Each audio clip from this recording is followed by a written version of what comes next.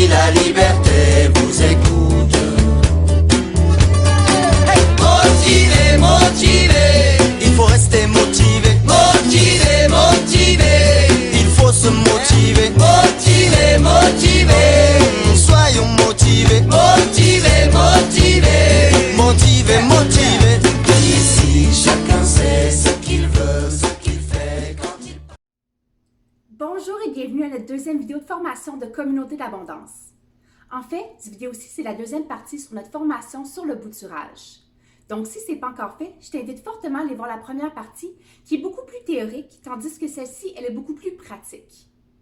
Donc, dans cette vidéo-ci, on va vraiment sur le terrain avec notre amie Andréane de chez Herbafford, où elle nous présente différents arbustes, leurs différentes spécificités et leurs différents usages.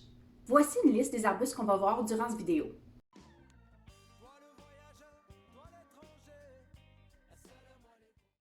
D'ailleurs, voici aussi une liste d'arbustes qui sont très faciles à faire le bouturage, mais qui ne seront pas présentés dans cette vidéo. Aussi, voici une liste d'arbustes qui sont un petit peu moins faciles à bouturer, mais qui sont quand même possibles. Et puis finalement, voici une liste d'arbustes à éviter de faire le bouturage. Il faudra plutôt aller voir notre vidéo sur le marcotage. Donc, sans plus tarder, allons-y! Allez, on y va. Toi le voyageur, toi l'étranger, assalamu alaikum. Assieds-toi donc parmi nous, viens manger. Assalamu alaikum. Toi qui as parcouru un si long chemin. Assalamu alaikum. On essaie de prendre des belles tiges. Donc on choisit je peux faire prendre plus long, puis qu'au pire, si tu vois que c'est trop long, tu le coupes un peu, tu sais, que prendre trop court. Fait que lui, en fait, il y a quand même une belle distance, en fait, entre les nœuds. Pas trop intense, fait que ça se travaille quand même relativement bien. Fait que là, comme que je disais, on vient vraiment garder juste deux piastres en fait de surface foliaire. Fait qu'on vient vraiment effeuiller le feuillage. Tu peux y aller avec un sécateur aussi, là. Moi je le pince avec mes ongles. Si t'as pas d'ongles, je prends un sécateur pour essayer de pas déchirer non plus l'écorce pour pas entrer les maladies ou les insectes. On essaie tout le temps de penser à ça. Mais avec des ongles, ça fonctionne très bien. Là, j'effeuille, puis on redonne à la terre en fait que j'ai pas mal, tu sais, j'ai quasiment laissé juste 2 feuilles. Tu vois, elle est un petit peu longue, je peux la pincer un peu. Parle-nous donc du pays d'où tu viens. Vraiment très bien, c'est un arbuste indigène du Québec, fait que c'est quelque chose qui pousse, qui a une belle croissance, qui est rapide, donc c'est joli en plus. On les a encore, ceux qui n'avaient pas vu les chatons là, de l'onde crispée. Il y en a encore ici. Ils sont tout prêts?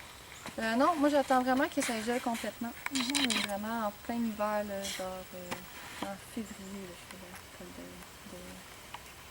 Là, ils deviennent vraiment secs. Là, on voit qu'ils sont collants. Ils sont vraiment gommants, c'est vraiment bizarre. Fait que là, on voit ici qu'il y a vraiment des nœuds plus distancés. Donc là, ça va être important quand même de prendre une plus longue tige. Donc on les voit vraiment très bien, là, comment ils sont positionnés alternes sur la tige. Fait que c'est sûr que là, si on vient couper, il y a même une deuxième branche, c'est toute une belle bouture. Quand c'est herbacé, j'essaie de le couper avec le sécateur. Là, on a déjà des bourgeons qui ont été faits à cause de l'ajoutement. Je viens vraiment garder petit moment là, pour couper un petit peu. On vient goûter la base. Là, je viens enlever aussi la petite... Là, c'est un peu plus dur. Là. Je viens même enlever le bourgeon. Là. Je peux garder ceux d'en haut, qui va être dans la terre. Le restant, mais tu vois, là, j'ai juste 3 bourgeons. Puis là, on vient vraiment... J'ai peut-être fait une coupe un petit peu trop droite. On peut aussi essayer de couper juste en dessous d'un bourgeon, si c'est possible aussi de faire ça, au lieu de créer un vide ici qui est comme pas nécessairement nécessaire, puis qui va pas vraiment avoir de racines qui va se développer là. Mais on laisse quand même un espace, en fait, quand même pour pas venir abîmer le nid. Là, on aurait une bouture de longue crispée, qui est un petit peu plus distancée, mais on a quand même 3 bourgeons, en fait, en terre. On verrait difficilement en avoir 4 à cause de la longueur de la tige. Contrairement au caragana. On le fait.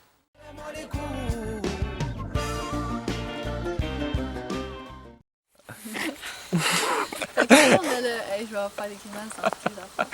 Ici, on a le pin-vina.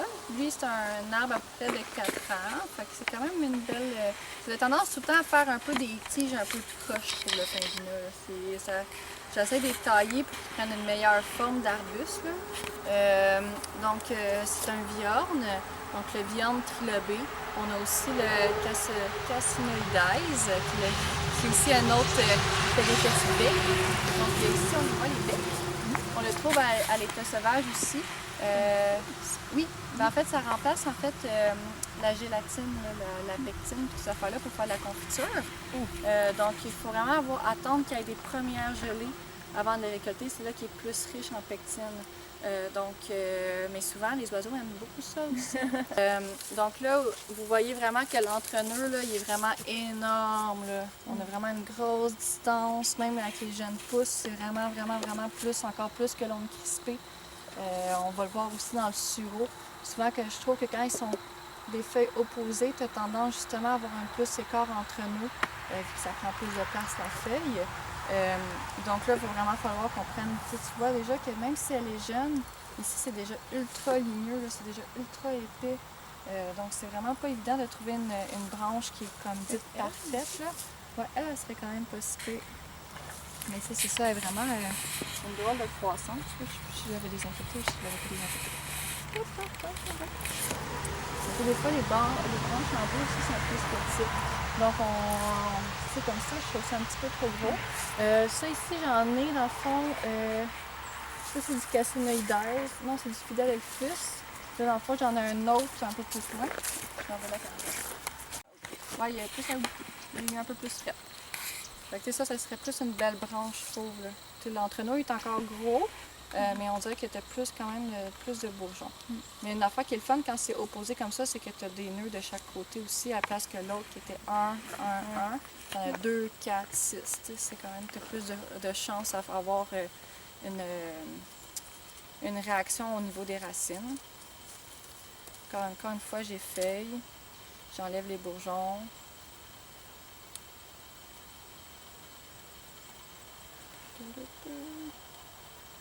Ça, je vais garder vraiment encore une fois juste les 2 feuilles du dessus. Fait qu'on enlève les bourgeons sur chaque. Tu peux en garder si. L'ongle crispé, j'en avais gardé parce que je m'étais dit que. C'est ça, mais c'était. J'en ai enlevé à ceux qui vont être dans la terre. J'en ai gardé pour qu'est-ce qui va être à l'extérieur pour qu'ils puissent quand même faire des feuilles. Mais tu peux toutes les enlever aussi, va en faire.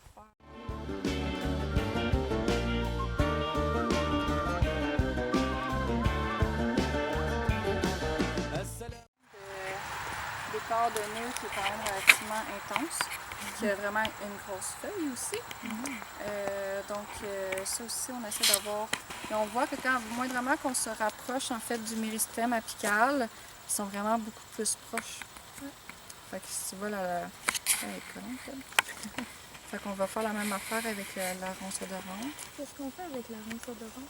Ça fait une petite framboise aplatie qui est comestible. Puis ça l'aime beaucoup l'ombre. Ça pousse dans les milieux de forêt sans problème. C'est envahissant, c'est beau, puis ça donne des petits fruits. C'est très bon pour structurer les berges aussi. Ouais. Fait que là, tu vois, je me ramasse avec 2 feuilles, mais tu sais, les feuilles sont un peu trop grosses. Fait que là, on va encore une fois venir les couper. Moi, je leur fais une forme de feuille. je réinvente. Fait que ronce odorante. On a la petite boussole. C'est vraiment collant. Faites attention parce que c'est ça a vraiment l'aubépine, elle fait des épines. Il y a des cultivars qui se font aussi sans épines, qui est quand même relativement apprécié par les horticoles. Souvent les personnes l'aiment beaucoup, mais c'est gratiné. C'est vraiment, ça peut être utilisé pour faire des clous. Là. Avant, c'était utilisé pour faire ça. C'est vraiment des longues épines. Oh. Ma blonde en a un dans l'oreille depuis genre 2 ans. Ça, tu peux faire des stretches. C'est très antiseptique. Ah ouais. Enlever les épines quand tu fais l'habitude? Ouais, ça, quand on est dans le sol, oui. Okay. Obligatoirement. Puis au-dessus, tu les laisses? Ouais. Ça fait juste une blessure, en fait, les enlever. De plus. Ouais. Donc on fait encore la même affaire. Une fois que tu as des jeunes pousses qui sont sans épines, tu peux essayer de favoriser ça, comme je disais, c'est que dans la terre, on ne va pas pouvoir garder les épines. C'est bien entendu, ça va prendre. Si on pourrait quasiment des fois prendre les plus gros, les plus grosses multicellules, mais je pense que même à ça, les épines sont vraiment trop huge. Fait qu'encore une fois, tu vois, c'est une drôle de croissance. Là. Souvent, ça fait plusieurs branches. C'est difficile de trouver une branche parfaite sans qu'elle soit découpée. Mais je peux vous montrer un exemple. Là. Ici, mettons, ici, tu regardes ici, là. C'est difficile de faire une bouture à cause que tu vois, j'ai une branche qui part ici, j'ai une branche qui part là, j'ai une branche qui part là. Puis, tu sais, juste ça ici, c'est pas vraiment assez long. Ici non plus. Puis, dans le fond, c'est difficilement capable de faire vraiment une longue tige avec l'aubépine. Donc, ça va être de prendre soin. C'est comme, ici, elle est belle.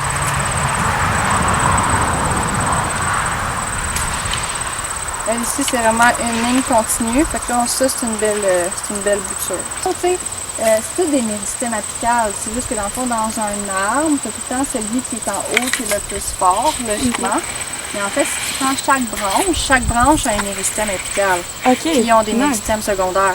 Comme si chaque tige, dans le fond, a un méristème apical et ont des. Mais ça dépend de à quelle hauteur tu regardes ton arbre. Mais ils ont tous des mérités. Moindrement que ça va vers le haut, qu'est-ce qui est au bout, ça vient un méristème apical. C'est pour ça souvent que c'est là qu'il y a la croissance. Mais si tu regardes l'arbre en entier, tu as la croissance apicale et tu as la croissance secondaire. Mais chaque branche a une croissance apicale et une croissance secondaire. Mot étranger aux voyageurs, assieds-toi, je t'en prie, mère baby, fais-nous cet honneur. Donc là, ici, on a l'argousier. Différemment des autres qu'on a vus, eux autres, ils ont vraiment plein de petits bourgeons qui sont vraiment très très proches. Donc c'est vraiment facile de venir faire des boutures vu que ça a vraiment plein de feuillage. Il y a des mâles et des femelles. L'identification est quand même relativement pas évidente à faire à vue d'œil. Il y a les grosseurs des feuilles que je pense que les mâles sont un petit peu plus gros, mais ça c'est une question de fruits.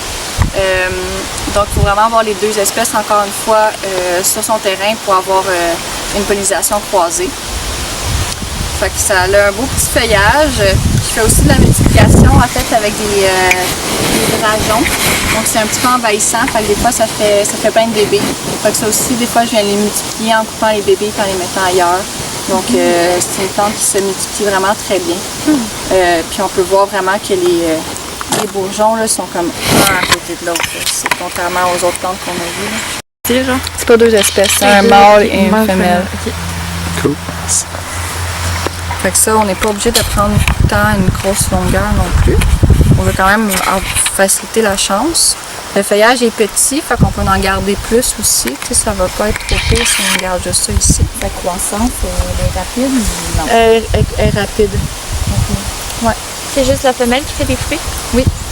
Puis, mâle femelle, là, si t'as pas l'opportunité de l'avoir sur la même variété, dans le fond, si tu graves, ça prend juste un mâle femelle ou un mâle femelle de la même espèce. Ça peut être la même espèce. Nous autres, on a juste du rhamnoides. Puis c'est pas grave, c'est pas la même espèce non plus. Non, c'est pas Ok, grave. parfait. Tu peux mélanger les espèces. Ok. Je pense que c'est pas autant spécifique que d'autres.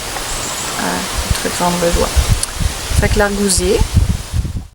C'est ma maison c'est ta maison, d'où que tu viennes, quelle que soit ta couleur, quel que soit ton nom, notre mémoire, notre... Je pense que je vous l'avais montré proche de l'étang, plus à l'extrémité, il y a la femelle. Donc on va prendre un peu des deux parce qu'il faut avoir quand même une pollinisation croisée. Fait que là aussi, même principe. C'est vraiment manquer d'alcool. On va faire la journée si tout le monde utilise. Le méric-baumier est vraiment facile à bouturer, c'est ce que je trouve par expérience. Souvent, je suis pas obligée d'avoir tant des grandes tiges, vu qu'encore une fois, il y a vraiment plein de bourgeons, tout sur la base de la tige, fait que c'est pas très distancé. Une petite tige, fait qu'on dirait que ça prend bien, il n'y a pas beaucoup de perte d'énergie en fait dans la formation. J'enlève quand même les cônes mâles si vous en avez dessus pour pas gruger son énergie. Il faut garder à peu près 3 tiges. On va bien la part. Puis comment on différencie les mâles des femelles? Encore une fois, c'est une question quand il arrive les cônes. nos anciens. Notre bonheur accueillir comme il se doit celui qui vient de... Il se sent très bien, mais ça, l'entraîneur, il est vraiment immense, là, fait que c'est vraiment pas très cool. J'en ai ici, j'en ai un gros de l'autre côté qu'on avait fait... Oh non, vous n'avez pas fait récolter à cette place-là, vous avez juste récolté ici. Fait que on va voir là, que vraiment l'entre-nœud, ils sont vraiment ultra distancés. La feuille est énorme, fait qu'il faut vraiment venir la couper. Puis là, ben, vu qu'il y a eu les fruits aussi, ça vient donner une moins belle prestance à la bouture. C'est ça ici qui est vraiment cute. Je viens de spotter qu'il y a de l'air nouveau. Je pourrais peut-être essayer de prendre des belles tiges comme ça qu'avec une croissance avec le fruit au bout, je trouve que ça vient peut-être pas aider à reprendre vu que tu viens de couper le méristème apical un petit peu. Si on prend par exemple cette tige-là, qui est toute belle, elle est un peu moins longue, mais l'entre-nœud il est vraiment encore une fois plus proche. Fait que vraiment on serait capable, on a juste 2 nœuds, mais même quand on a une longue, des fois on est juste capable d'avoir 2 nœuds dans la terre anyway, parce que ça fait, c'est tellement large là. Fait qu'on a une petite bouture. C'est un petit peu moins parfait. Honte sur nous si un jour tu quittais notre terre en pensant qu'on t'a pas reçu comme notre frère. Oui, ça. Il y a de la vache. Un nouveau spot. Fait que c'est ça. Fait que quand c'est trop noirci, on essaie peut-être quand même pas peut-être de prendre ça ici. Si on a la possibilité d'avoir du vert. C'est aussi quelque chose qui drageonne au sol. Fait que j'ai des petits bébés là qu'on peut venir prendre à la place. Tu laisses une feuille et t'en prends une. Fait qu'encore une fois, c'est vraiment le même principe qu'on vient faire.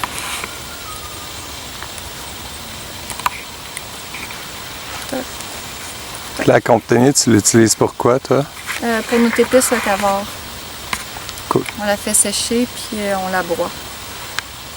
Fait que là aussi, ça a des nœuds serrés, fait que c'est pas obligatoire d'avoir toute une grosse longueur qui fait toute la multicellule.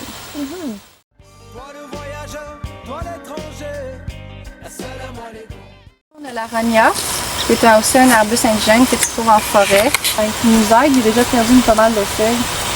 On va faire l'essayer. Fait que ça se multiplie full bien pour vrai, là, ça grandit quand même relativement rapidement. J'en ai de l'année passée qui sont déjà rendus à une belle hauteur, ils sont à peu près gros comme ça. Donc c'est quand même intéressant comme ça, c'est une petite baie qui est comestible. Mais comestible, il ne faut pas que tu manges le noyau. Le noyau il est pas très intéressant. C'est très astreint, Ouais. L'aronia. Assieds-toi donc parmi nous, viens manger. Je pense que c'est petit, hein?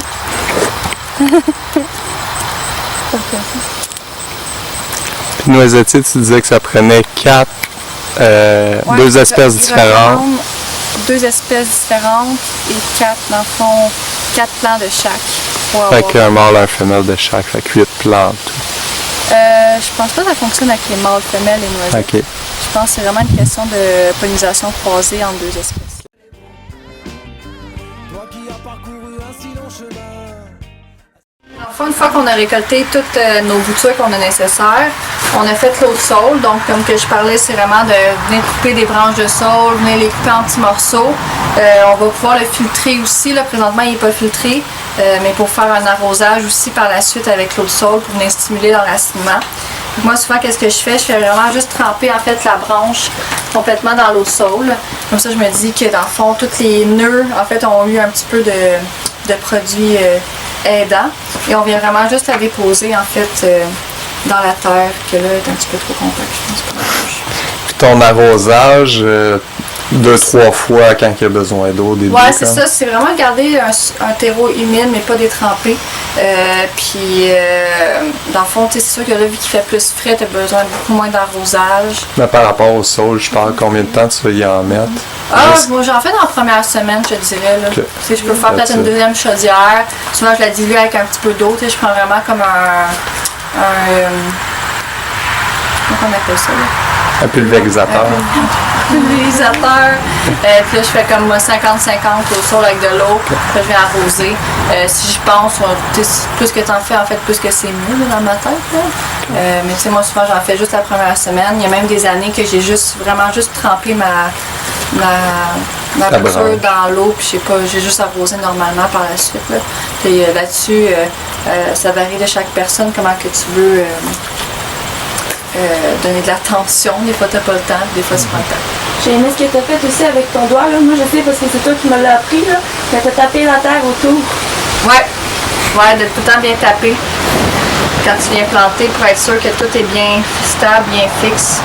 Et pas laisser de l'air pour pas que ça crée une moisissure ou une accumulation d'eau à cet endroit-là qui va faire pourrir en fait la petite bouture. Fait qu'on peut vraiment les remplir. Donc ici, ça a plusieurs formats. Ceux qui ont de la perte, souvent dans les premières semaines, tu vas voir que le feuillage va être un petit peu moins content. Tu vois qu'il y a quand même un travail qui est en train de se faire. Faut pas désespérer, souvent ça reprend. Si tu as des feuilles qui meurent, tes bourgeons vont reprendre, puis ça va le cycle va continuer. Pour quelqu'un qui ne fait pas ça à grande échelle de même, il pourrait-tu prendre un pot plus gros, mettons, en mettre comme 4 par pot en se disant il y en a au moins un là-dedans qui va pogner. Ouais. Ça n'a pas besoin d'être restreint. Comme. Non, pas au départ, parce qu'en fait, tu sais, justement, la médecine, c'est vraiment une longueur. Moi, je trouve que c'est vraiment une profondeur pour vraiment mettre une profondeur de tige que d'espacement. Tu vois ici, c'est pas très gros. Ouais. C'est vraiment juste de vérifier comme ton enracinement. Si, mettons, les 4 bonnes, de les séparer, sinon tu vas avoir un menton qui va être encore une fois stressé quand tu vas les séparer. C'est bon. Mais oui, tu peux mettre ça là-dedans. Sinon, ça, tu peux les mettre directement en terre. Ça aussi, c'est un espace qui est bien délimité, que tu sais que c'est là que tu mets ça. Tu peux les mettre directement en terre dans un meuble. En terre, là, est-ce que c'est le même type d'arrosement? Ça dépend c'est quel type de sol que tu as. Ça dépend si tu as un sol qui draine, non. Comme je te dis, il faut que ça reste humide, mais il faut que ça vienne plus. Il ne faut pas que ça fasse de la moisissure sur ta branche. En même temps, il ne faut pas que ça devienne sec parce que c'est un peu comme n'importe quelle bouture. Moi, vraiment que c'est sec, ça meurt. Il faut vraiment que tu aies une petite attention particulière à ce que ça quelque le temps de l'amour et un peu d'eau. Donc, c'est tout. Salam alaikum. Parle-nous donc du pays d'où tu viens. Salam alaikum.